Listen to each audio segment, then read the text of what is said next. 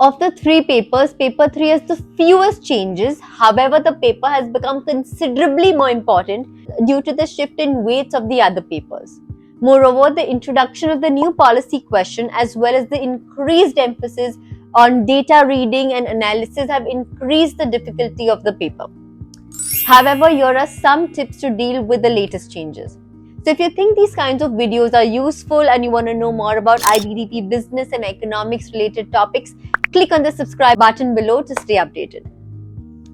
So let's get started. The first, it is important to master the policy question. The new 10-mark policy question accounts for a whooping 33% of the total marks in paper 3, and so not failing is not an option if you want to get a 7. The good news is that the style of the question isn't too different from the traditional 15-mark essay question. In fact, you could think of it as a simplified 15-mark essay because you only have to talk about one policy instead of the usual 2 or 3 policies.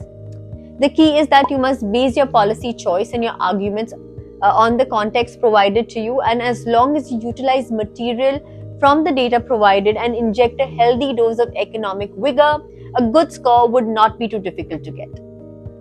Second, it is important to master the data analysis and the calculation-based questions, and the short answer questions remain largely the same, but there is a new emphasis on data reading and analysis. So expect to see more questions using charts, tables, and economic figures. Analyzing data does not mean that you forgo all your economic knowledge and focus on explaining data like a layperson. You should be integrating your data in your answer. So instead of saying that the fall in prices would lead to a fall in revenue of goods with a relatively inelastic PD, you might want to say something like the fall in prices from USD 2.20 per kilo to 1.4 per kilo would lead to a fall in revenue of coffee producers as the PD is 0.4.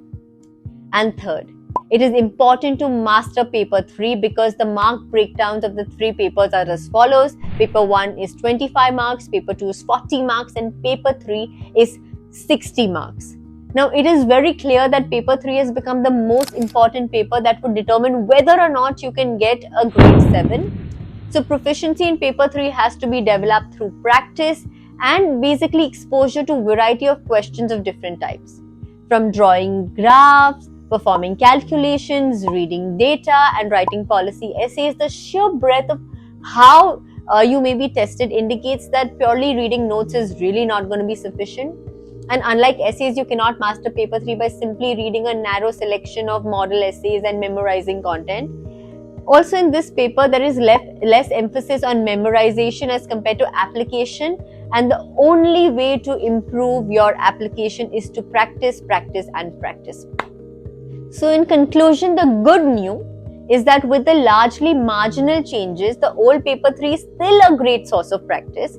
It is necessary, however, to seek out practice questions for the 10-mark policy questions. The specimen papers are a good start, although there are only 2 questions in the specimen paper.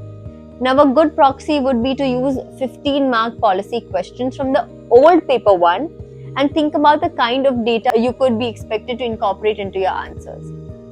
I hope this was helpful. For more tips on how to effectively answer your IBDP economics questions, follow this playlist. This is Aneri Shah signing off.